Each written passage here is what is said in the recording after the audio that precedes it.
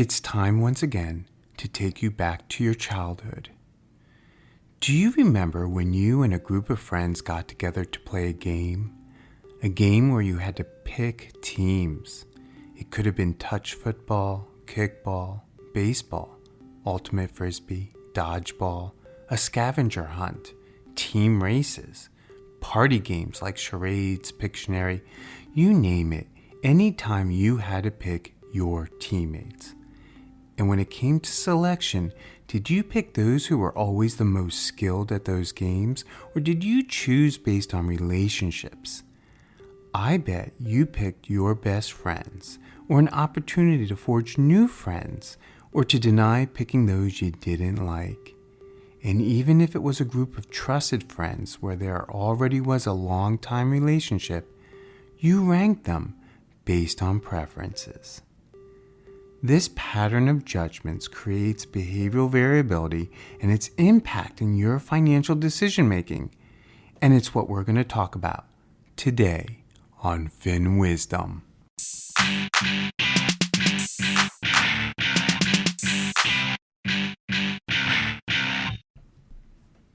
Hello, I'm your host Joel, and welcome to our second episode in our third season of FinWizdom. And today's discussion is aptly named, What If I Don't Like You? Today's podcast continues our discussion about a concept called noise and its behavioral risk to making judgments. If you haven't listened to the first episode of this season, I recommend you start there. But as a quick recap, the increased interest in behavioral economics over the past few decades has resulted in a great deal of attention to understanding biases. And biases are irrational beliefs or behaviors that can unconsciously influence our decision-making process. But they are behaviors that are consistently observed. These errors in judgment all follow in the same direction, and we can see what type of error each bias has on our decisions. Noise is more closely related to behavioral variability on a very individual level. It's more random, and it is less studied in why this season is dedicated to noise. To give credit where credit is due, most of the concepts in this season are foundationally derived from the book with the same title, Noise, that was authored by some very prominent experts in the field of behavioral economics. So with that said, let's get into today's talk. I'm going to start this conversation with a story about chocolate. Anyone who's a regular listener knows that I happen to have a very sweet tooth. Despite I cannot eat as much of it as I once did due to health reasons, but regardless, chocolate. In specific, let's get into the dynamics of a box of delectable chocolate truffles in an assortment of flavors. And let's say you were fortunate to receive such a box of treats. Now in this box, there are several flavors to choose from. There's the solid dark chocolate, some are filled with caramel, others filled with cherry liqueur, ones that are hazelnut flavor, and then there's this row of white chocolate mint. Now when I was rattling off those flavors, I'm guessing either consciously or subconsciously, you ranked the order of the truffles based on your previous tasting experiences. So my question is, which one will you gravitate toward first? Which ones would come in second? What about third, fourth, and fifth? Yeah, and if you're like me, that white chocolate doesn't count. I don't think so. But all kidding aside, the resulting order is probably imprinted on your brain, and for the sake of the argument, let's say your fave is the hazelnut flavor. Now let's say we slightly modify this situation. This time, you are presented with a similar box of truffles to be shared amongst a group of friends. And in this box, perhaps some, but not all the same flavors we just discussed are present, and you are offered one to pick. And in all likelihood, despite knowing they all come from a top quality producer of chocolates, and the reviews say that each one of these flavors is an award winner, you will probably gravitate to the hazelnut flavor.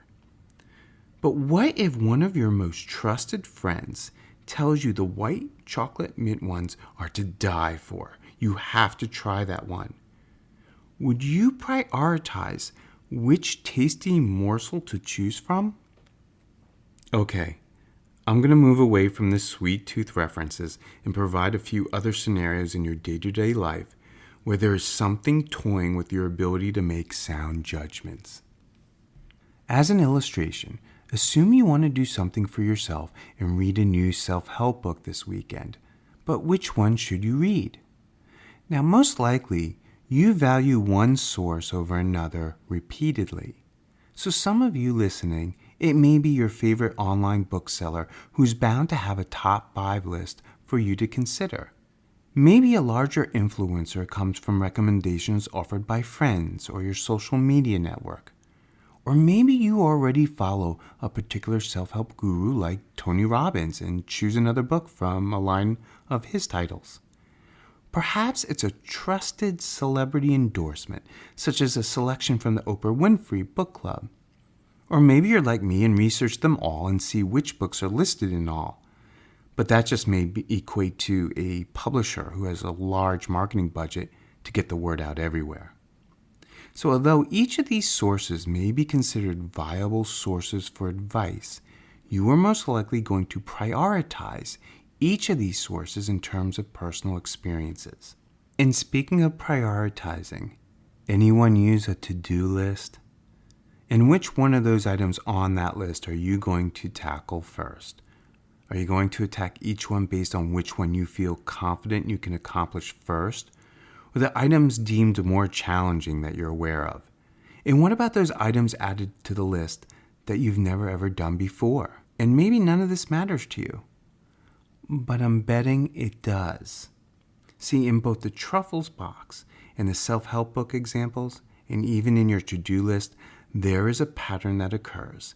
And that's what we're here to discuss, pattern noises. Pattern noise is the personal, idiosyncratic responses of judgment to a similar situation that produce a ranking effect. So in other words, personal experiences influence judgment and in terms of unequal priority. Let's discuss where you might find pattern noise at work or when you're making financial decisions after this important sponsor break.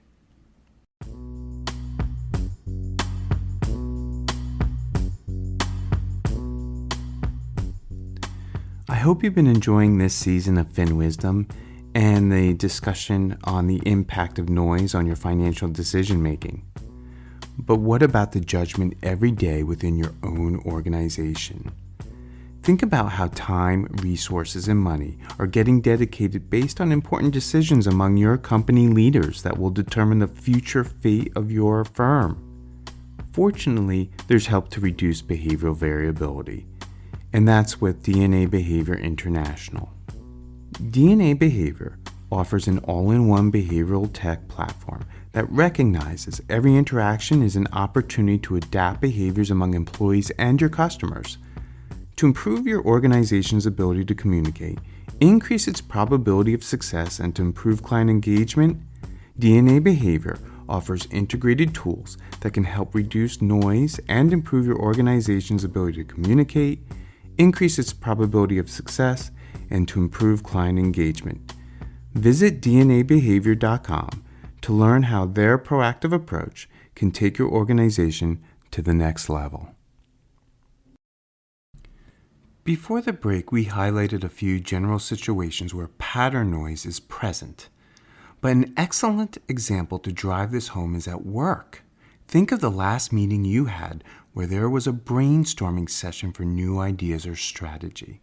And as an example, say there are 3 business partners in this meeting. They are all considered experts in their field equally. But yet, you value each of their ideas differently as a result of your individual relationships. So let's say one contributor is a trusted colleague you have known for 5 years. The second contributor is the first time they have ever attended a meeting with you, and the third contributor is someone who has always discounted your ideas in the past. I don't like you. I don't like you at all. Whether you intend to or not, those different relationships will impact your acceptance of the ideas that are fostered during that meeting. You are going to rank the value of those ideas based on those relationships. Someone listening with a little familiarity to behavioral economics or has been a loyal listener of FinWizdom may be asking, Joel, isn't this associated with anchoring bias? And if you're asking, I'm glad you did. Here's the difference. The anchoring effect is our tendency to rely heavily on our personal experiences or static information, which in turn can distort our ability to derive optimal solutions. Another way to describe that is as a phenomenon where an irrelevant reference point, which may have been relevant in the past, influences our decision-making simply because it is the first piece of information received or previously known. And think of pattern noise as a dial that can turn up or down the volume on that anchoring noise, because it too is based on personal experiences, but it takes what we know and unequally rank those experiences. Interestingly enough, I came across a recent study about the two, appropriately named Noise Increases Anchoring Effect, which is intended to be released at a future date in the publication Psychological Science. This research was conducted by a PhD candidate and a professor at Boston University, and it substantiates this notion through various testing scenarios. So the stimuli in their research ran the gamut of reservation prices for hotels, pricing for donuts, French fries sizes, dog breeds, to an array of observable dots on a graph. Each was measured on noise magnitude on a given anchor associated with each scenario. To help with clarity, let me give an example. Anchors in the minds of the participants of the study were established by first introducing hotel rates as either a price for a 1-star hotel versus a 5-star hotel before sharing a range of options. In the French fries test, where participants had to guess calories of various sizes, an anchor was first established by asking participants to guess the number of calories for a kid size before estimating the calories for larger sizes. The result had shown that, in general, noise itself did not produce anchoring effects.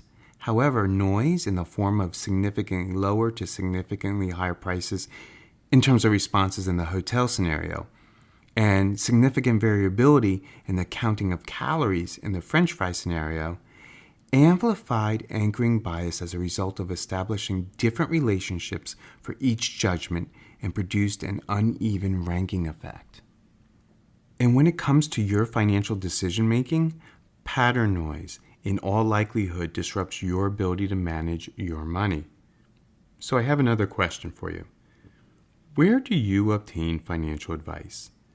If there was a significant market correction and you read in a social media group that you should move all your assets into fixed income, would you believe that advice? What if that same advice came from a certified financial planner? What if you read it in a financial publication you subscribe to? Or what if that recommendation came from a family member or friend? The advice is the same for the same situation, yet you will rank and prioritize the advice based on your personal experiences with each of these sources of advice. That's once again pattern noise. And this illustration could have been as easily been about advice or getting in on a specific investment opportunity. I have another example, and it's one of my favorites, especially when it comes to financial decision making. We all have a credit card we use preferably over the other in our wallet. What would it take for you to change the credit card you use to make your most frequent purchases? And let's say you have 3 to choose from, and that regardless which one you pull out, they each have a similar incentive. One gives you a 1% cash back, and it happens to be the oldest and first credit card you ever received. The second card gives you 1% back in travel credits to your favorite airline, and the third card gives you a 1% back with options, whether it could be cash, travel credits, or toward perks.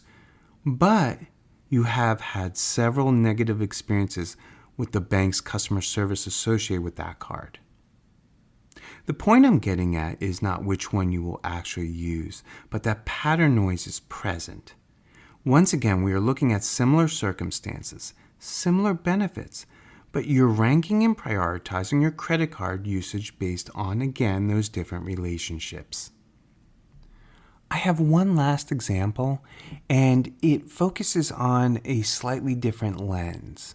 It's more about money you have unexpectedly received versus the money that you already have.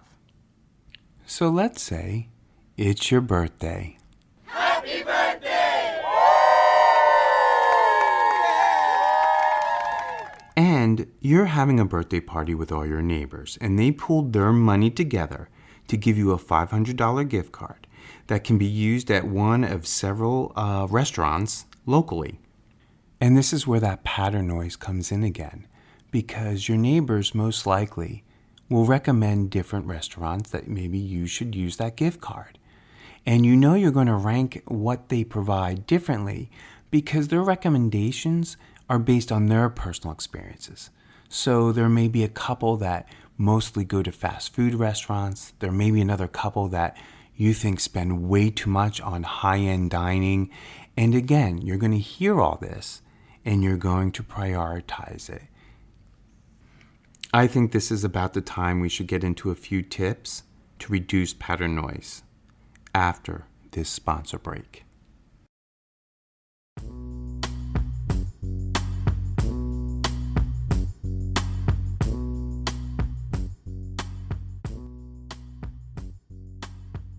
If all this discussion around this newer concept in behavioral economics is making you realize that noise is impacting the judgment in your workplace, and you're wondering how you can introduce this concept to your leadership and sales force, well then let me share with you a little insight.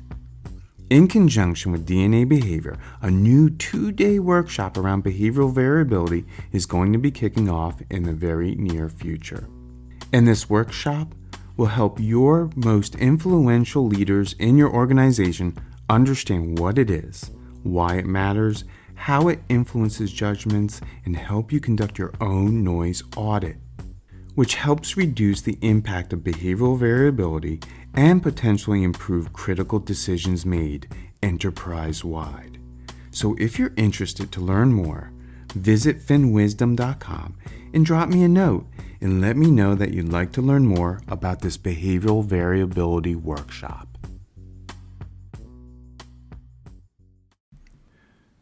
Okay, are we ready for some words of wisdom from FinWizdom? I think this is a good time for a friendly reminder though. If you have not listened to episode 1 entitled Your Reward is Punishment, you might want to check it out. It's where we introduce the concept of noise, and it contains a list of tips on combating noise in general. That said, here are a few thoughts on how to break this pattern in pattern noise. And the tips to disrupt this kind of noise are actually similar to tips to break a bad habit.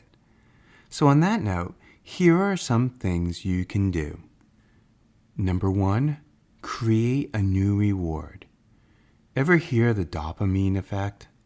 That's that feel-good chemical in your brain that transmits signals between neurons that create positive inferences to objects, experience, and relationships.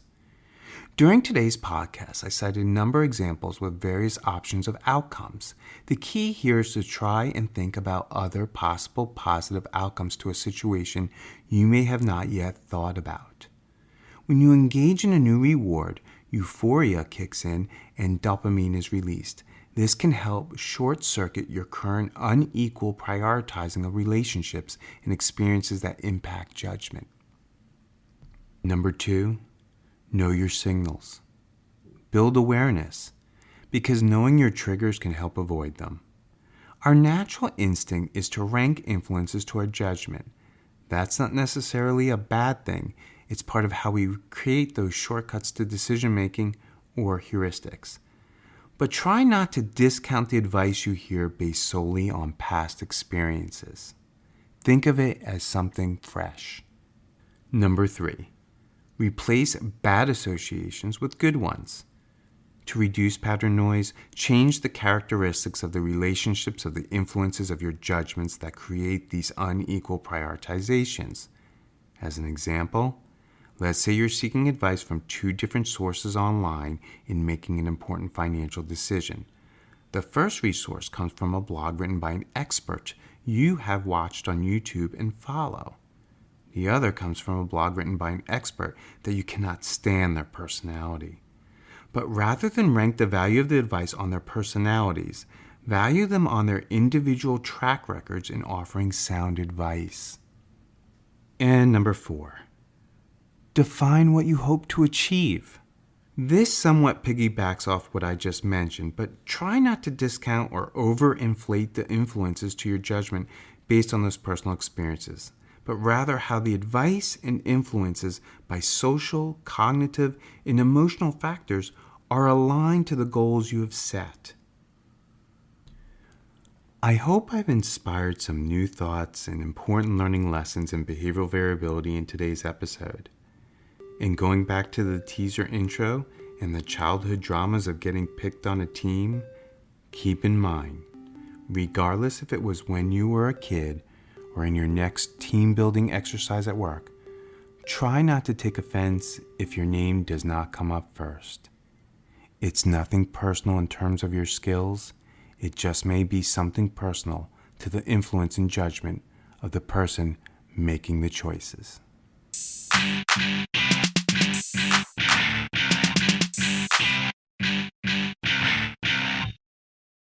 As a copyright reminder, written permission is required to use any of the content shared. Any views expressed are my own and are not the opinion of any entity unless otherwise mentioned during the program. And since we are critical thinking creatures, these opinions are subject to change. For financial advice, consider consulting a licensed financial professional. And make sure to watch your inbox for the next exciting episode of FinWizdom.